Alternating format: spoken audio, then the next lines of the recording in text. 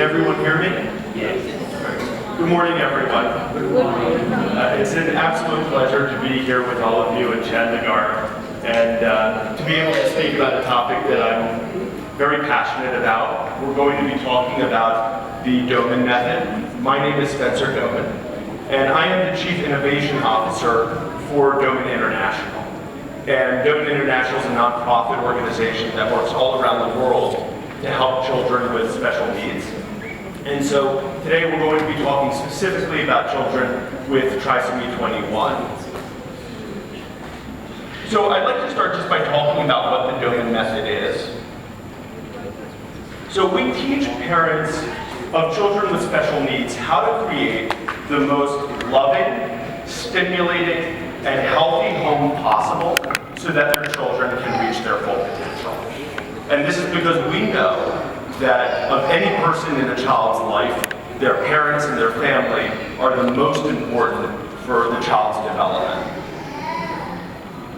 So what we do, we're a team, and we teach holistic programs to families with the goal of the children developing in every area of function. So we look at cognitive development, physical development, speech and sensory development, and our team, which comes from various backgrounds, creates programs for these children. It all started with a physical therapist by the name of Doman in the 1950s. He really founded our work. You might have noticed I shared the last name with him because he was my grandfather, and so one of my greatest pleasures in life is getting to carry on his life mission. Sorry for technical disruption. This is the second time this week a projector stopped working for me. Okay. I guess we can keep on, right? Okay, so let me tell you a little bit about him and his life. So yeah, as I said, he was trained as a physical therapist, but he quickly found out that some of the methods that he had learned in the 1940s in university were not producing results with his patients. And he was an impatient man, and he was very results driven. You know, he wanted to see progress in his patients, so he started to develop his own programs and methodology. And, you know, as he got better and better results, he found that he got even better results if he started to teach the families of these children what to do at home. And when you think about it, it's quite logical, right? No one has more time to spend with a child than their family. No one loves a child. No one's more dedicated to a child than the child's family. And that's why all of you are sitting here today. So his focus was how do we improve brain function? And I'll be talking about why neurological development and function is so important. And others who admire his work called his work the Doman method. He didn't call our work after our last name, but other people put the name on it, and it kind of stuck. And if any of you know him by his work, you probably know him by his books. So his book, How to Teach Your Baby to Read, was just a huge bestseller. It's over 5 million copies have been bought all around the world. And so that's really what launched his life's work. So why do we focus so much on neurological development? You know, even with children, for example, with trisomy 21 who have a genetic condition. And the reason is because everything we do in our lives, everything we learn, is determined by our brain function, right? Right now you're listening to me, and neurons from your eyeball to your brain are sending information, right? And from your ear to your brain. And as I'm speaking to you, my brain is sending messages to my mouth and to my hands and to my legs, and that's how I'm able to teach you. So the brain is the body's control center. And when we look at any individual with trisomy 21 or any kind of neurodevelopmental condition, it's actually largely their brain development which can get in their way of achieving their life goals.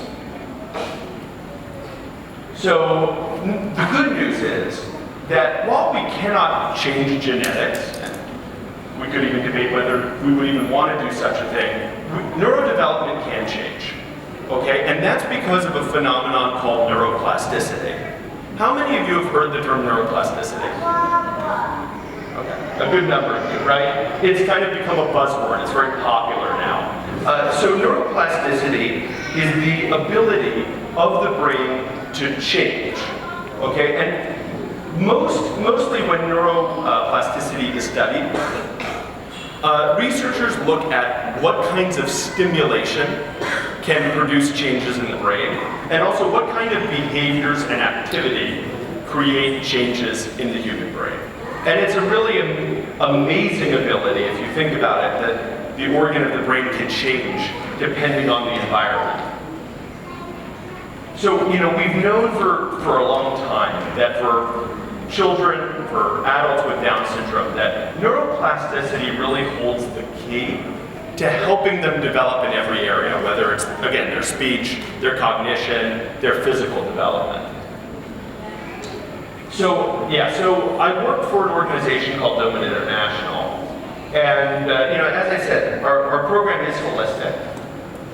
And we look at all the different areas of a child's function. So we look at sensory development, we look at cognitive ability. So a lot of Glenn Doman's books, like How to Teach Your Baby to Read, focus very much on cognitive development. Speech development, of course, is very important for these children. Physical and manual development, social development, and also nutrition, which, you know, each child on our program gets a specialized nutrition plan. So with the work of a pediatrician and a nutritionist, we can make sure the child's getting the absolute best diet and supplementation that they can be getting. So just because I only have a limited amount of time, I'd like to just give you some thoughts and recommendations that you might be able to apply at home, and hopefully will kind of get you interested in this topic to learn more. So, you know, the first thing I'd like to say is that physical development is important for, of course, every person, but it is especially important for individuals with neurodevelopmental conditions. And one of the reasons why is when we develop a person's physical ability, we can often see progress in different areas of the brain, right? And this is because our brains, different regions or sections, interact with one another. So if we improve one area, sometimes it produces results in another area of function that we didn't expect. So for example, Jackie, if you could just go back to that last slide for 1 second. So, you know, we see areas develop often like visual development, you know, breathing, sleep, cognitive development, digestion, concentration and focus, speech development, when we're giving them consistent physical activity. There's a reason why, you know, research is showing that schools that have regular physical activity have higher academic scores. And it's because kids are better able to focus, concentrate, and learn when they're doing physical activity. So I just want to show you some photos, because photos often teach more than words, of some of our programs in action. Here you see a baby girl with trisomy 21, and she's on a crawling track. So she's actually learning to crawl for the first time. I saw in one of the earlier lectures, someone was speaking about the importance of this. And you can see she's learning to crawl in this photo for the first time. But you can see other things going on, which I like. First of all, you can see her interacting with her environment, right? You can see her using her hands to reach out and grab things in front of her. You can see her neck control is getting better and better, because when someone is on their tummy, they're basically forced to pick their head up and look at the world around them. So, developing vision, you can see her using her two eyes together. That convergence of vision is a big concern for a lot of parents of kids with Down syndrome. And this is one of our more advanced programs. It's known as Brachiation. So here you can see a girl, she's 3 years old, her name is Sophia, and she is traveling across those monkey bars, which we call brachiation ladder. And you know, it's funny, monkey bars are something you can find in every playground because kids love them, right? But it's actually a very good activity for brain development. So you can see, for example, what's happening. First of all, when she has to grab each rung of that monkey bar, she needs to use her two eyes to see the next one to grab. By the way, it doesn't show this, but her feet are completely off the ground, so no one's touching her. She's traveling across those monkey bars on her own. What else is happening? She's developing her pincer grasp, right? She has to reach out to grab that next dowel. So she's developing that thumb and that forefinger working together. That's very important for things like fine motor skills, for writing, right? It also, by the way, helps develop deep breathing. One of the most important things about physical activity, it induces deep breathing. And that's important for oxygenating the brain. Oxygen is the brain's food, and anything we can do to get more oxygen to the brain will help brain development. You know, another important part of our philosophy is that intellectual stimulation is important for brain development in every way. Of course, it's important for comprehension, speech, and maturity. And I think that one of the great tragedies when individuals are often given any kind of neurodevelopmental diagnosis, they're kind of given a label, and the world kind of, in a sense, writes them off and says, what's the point, right? And that alone, if we could just change that in society, immediately we would see these individuals progressing faster and doing better, right? And so we're all about intellectual stimulation. So some of you probably know about some of these things already.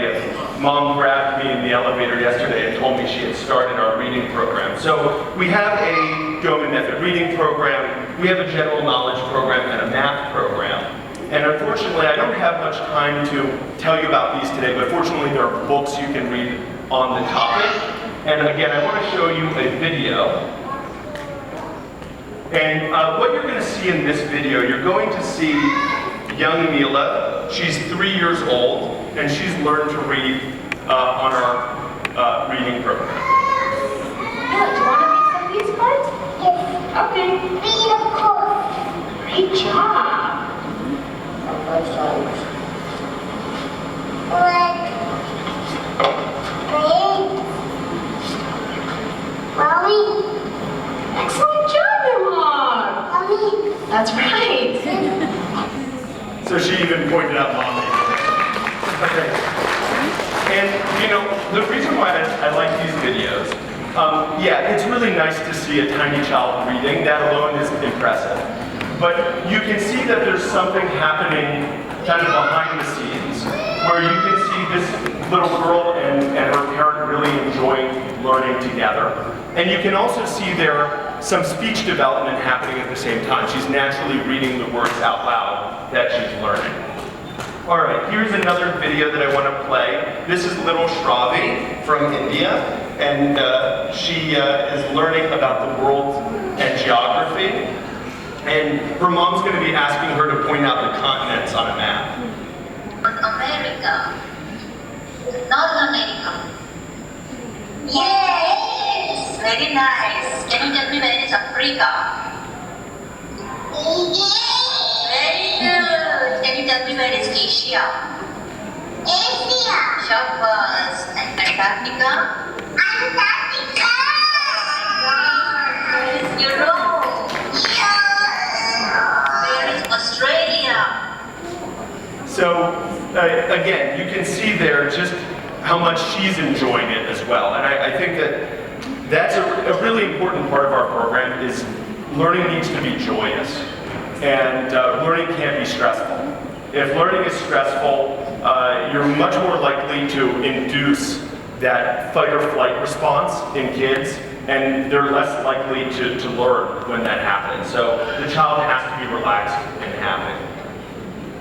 You know, I'm sure you're all believers in this, but we have to believe in the potential of each and every child. And you know, if we believe in a child's intelligence, they will grow much faster. Because if we don't believe in them, like I said, the way we interact with the children changes, and that, whether we mean to or not, can start to limit their own development. And so I like to show just two photos here. So this is Francesco Alio, and he graduated from our program, which is kind of it's our goal, to get kids to the point where they can join their peers, go to school, function, succeed. And he's holding, unfortunately it's not so easy to see in this photo, but he's holding his master's degree diploma in finance. Yeah. So Francesco was the first individual with Down syndrome that I had ever heard of earning a graduate degree. Now, since I've heard about him, I know of at least 2 other children that grew up on our program who have graduate degrees, and I've now started to read news stories about children who didn't even do our program, who are getting university and graduate degrees. So the potential is great. On the left, you can see him with my grandfather, Glenn. You can see they were pretty close. And then another example, by the way, both of these men, you can actually watch them on YouTube if you go and search for them doing interviews. This is Ariel Ari, and he's worked for IBM for over a decade. He started in human resources, and now he works in infrastructure. And he's also a Special Olympics representative, and has also done work speaking on behalf of UNICEF about children with special needs and the importance of education throughout Latin America. So I like to use these examples just to change everyone's mentality about the potential of these individuals. Okay, now I'm going to turn my stage over to my colleague Jagjit Kaur. So Jagjit is the Regional Director of Doman International in India, and this is my 5th year coming to India, and we're very committed to coming here. We've been coming here twice a year for the recent years, and so Jagjit's just going to be talking a little bit about what our work is going to look like here in India in the coming years. Thanks, Jagjit. Thank you. Thank you.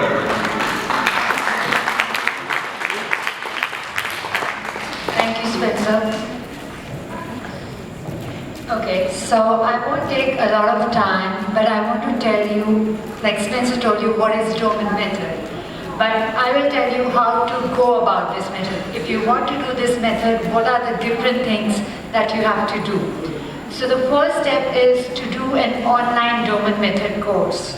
And this course can be done by the parent